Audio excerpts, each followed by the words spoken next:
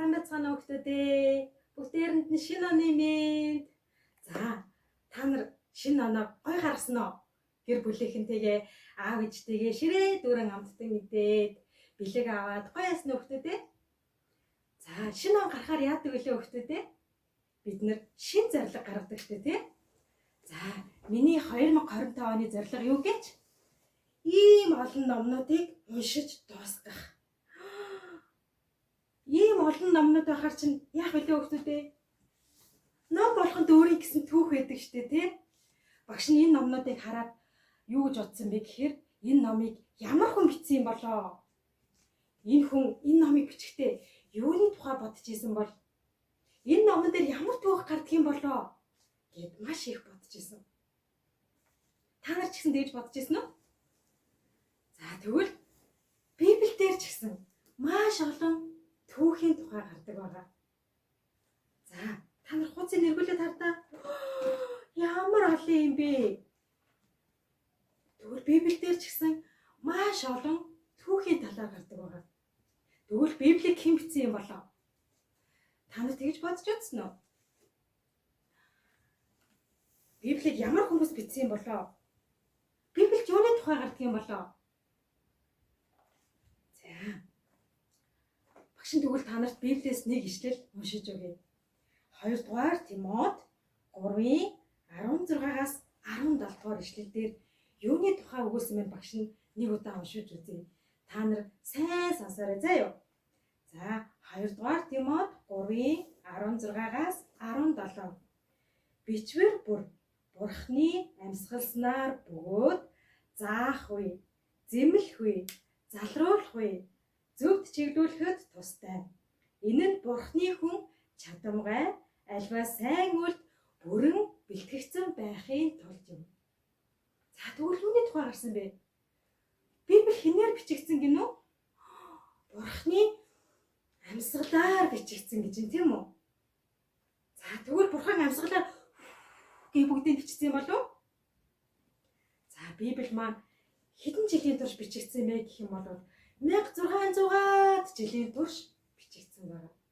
Тэгээд Бурхан 40 орчим хүний зүрх сэтгэлийг хөдөлгөөд тэгээд тэр хүмүүсээр дамжуулаад өөрийнхөө үгийг бичүүлсэн байх юм. Тэгвэл Бурхан өөрөө гараараа бичсэн байх нь уу? Үгүй. Бурхны амьсгалаар, Бурхны сүнсээр 40 орчим хүний зүрх сэтгэлийг хөдөлгөөд Бурхан өөрийнхөө үгийг бидэнд бичиж үлдээсэн байх нэ.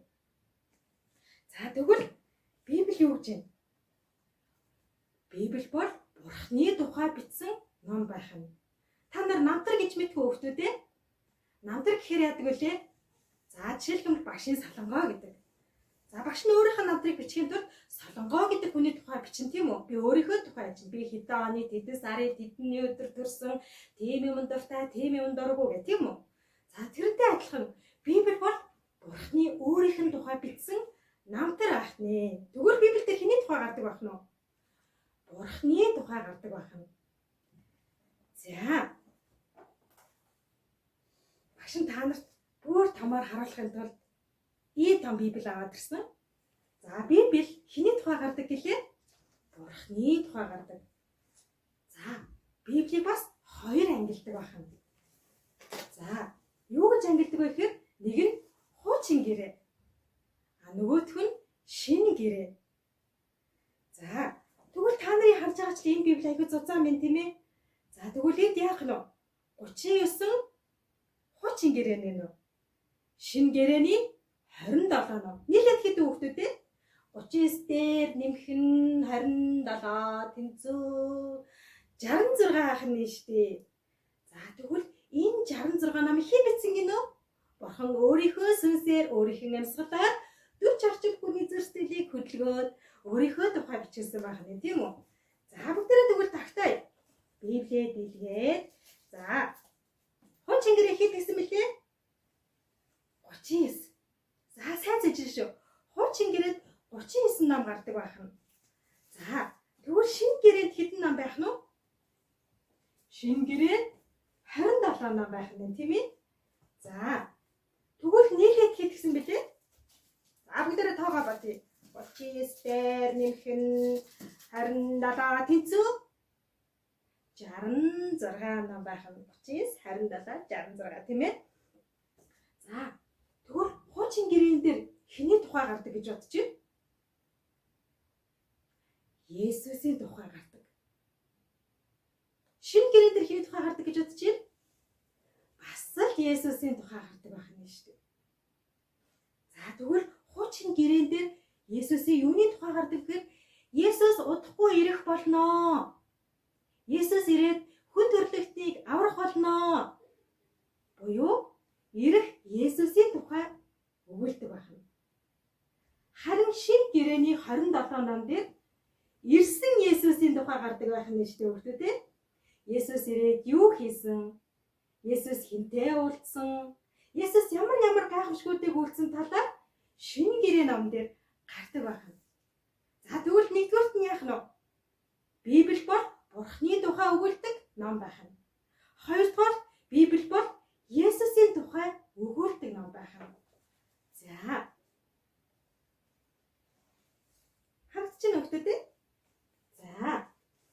Тэгвэл Библи тэр чигээрээ хэлэх юм бол хэний тухай өгүүлдэг байх нь?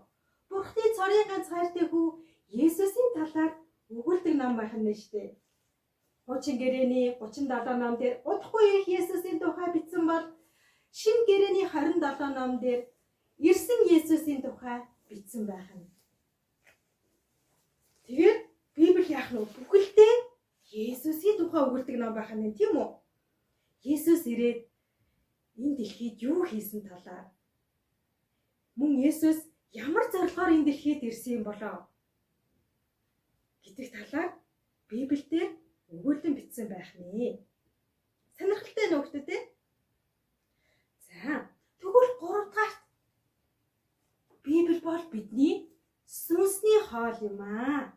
Хүүхдүүдээ та нар өдөрт хэдэн удаа хоол иддэг вэ? Өглөө босоод цайгаа уун, өдөр хоолоо идэн, орой унтахынхаа өмнө бас хоолоо иддэг тийм үү? Тэгснээр хүүхдүүд бидний яадаг вүлээ? Багаар өндөр болдог тийм ээ. За тэрнтэй адилхан бидний сүнс бас хооллох хэрэгтэй байх нь. Тэгвэл сүнсээ бид нар юугаар хооллох нь вэ? Бурхны үг болох Библиэр хооллох нь. Библийг өдөр болгон унших юм бол бидний сүнс хизээж өсөхгүй байх нь. За тэгвэл Бурхан биднийг сүнсээр бас өсөөсэй гэсний үднээс Бурхан биднэрт Библийг бичиж үлдээсэн байна. За Библи хэдийгээр ийм жижигхэн ч гэсэн маш агуу түүхийг агуулдаг, маш агуу Бурхны тухай өгүүлдэг, түүний цорын ганц хайртай хүү Есүсийн тухай өгүүлдэг гайхалтай ном байх нь тийм үү? Тэгвэл хүүхдүүд бид нар Бурхны бидэнд бичиж үлдээсэн энэхүү Библийг маш их нандинан хайрлах хэрэгтэй байна. Библийг хайрлаж байна гэдэг чинь яах нь вэ? Бурхны үгийг хайрлаж байна гэсэн үг. Бурхны үгийг хайрлаж байна гэдэг нь яасан нь? Бурхныг хайрлаж байна гэсэн үг байна шүү дээ. Тэгэхээр хүүхдүүд бид нар мартаж болохгүй нэ тийм ээ? Өдөр болгон Библийг уншдаг, Библийнхаа ишлэлийг цээжилдэг хүүхдүүд болцгоё амин. За тэгвэл бүгдээрээ хоёр хөөрхөн гараа хасраад, хоёр алаг нүдээ ханаад хамтдаа Бурхны өмнө залбирая. Хайртай Бурхан минь ээ, таньда баярлалаа. Та бидэнд маш их хайртай учраас өөрийнхөө цорын ганц хүү Есүс Христийг илгээсэн тухай таны бидэнд бичиж үлдээсэн Библийг та бидэнд өгсөн учраас баярлалаа. Бурхан минь ээ, бид нар Библийг унших болгондоо Бурхны хайрыг мэдэрдэг, Есүсийн тэр хайрыг мэдэрсэн хүүхдүүд байлгаж өгөөч ээ. Бид нар махан биеийн хоолоо иддэг шиг сүнснийхээ хоолыг ч гэсэн өдөр бүр иддэг хүүхдүүд байлгаж өгөөч ээ. Бурхны үгийг хайрладаг хүүхдүүд байлгаж өгөөч ээ. Есүсийн нэрээр залбирanгуйлаа. Амен.